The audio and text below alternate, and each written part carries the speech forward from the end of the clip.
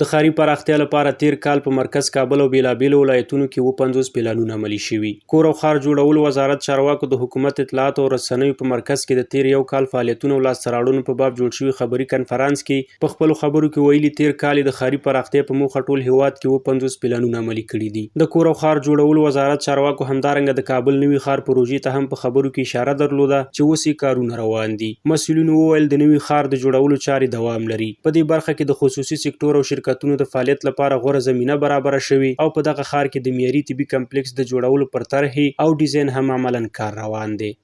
نوی کابل هم د شهرسازي د وزارت یو برخه وګرځول او د ساساکي لخوا د جایکا لخوا د ساساکي لخوا د دې لپاره یو لوی ماستر پلان جوړ شو. دغه ماستر پلان بیا کله د تطبیق ته وړاندې کېدو نو د تطبیق لپاره هغه لارې ویسې کومې ما مخکې وویلې چې یا ښاروالي ده یا خصوصي سکتور ده یا په خپله ښارسازي ده هغه پلان جوړ شولو خو نور د مځکې د استعمال په برخه کې چې پلانونه ولو هغه تر کار لاندې دي ډېر نور اوس هم پسې جوړیږي. په ورته مهال چارواکي وایي د اسلامي امارت د مشر حکم په اساس د هیواد په 14 ولایتونو کې د ښارګوټو جوړولو پلان ترتیب شوی او په ځینو ولایتونو کې د سروې چارې د پام وړ مخ ته تللي دي او ډېر ژر به کارونه پیل شي. د امیر المؤمنین حفظه الله د حکم په اساس باندې په 14 ولایتونو کې ښارګوټو د جوړولو لپاره د 28 توپوګرافي پلانونو سروې او ترتیب د افغانستان اسلامي امارت له تګلارې او اصولو سره سم د وزارت اړوند پروژو کې هیوادوالو ته د کار کولو زمینه برابره شوې ده او دغه راز کار وړ او مستحق کسانو ته د سپارلو په موخه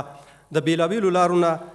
په تیر کال کې 250 کسانو ته مناسب بسونه ورکړل شوي دي او د کار زمینه ورته برابر شوې ده. د یادولو وړ ده چې د کور او ښار جوړولو وزارت چارواکو په کابل ښار کې د قطر له لورې دا ستوګنیز ښارګوټي د لومړي فاز جوړول د 3101 ښاري سرغړونو تثبیت او پیژندنه د 443 ساختماني پروژو د چارو څارنه د کډوالو د ښارګوټو په برخه کې د ځمکو تثبیت او ورکول او د کابل د نوي ښار د دریم فاز د تفصیلي پلان منظوریدل د تیر کال له مهمو لاسته راوړنو یاد کړل.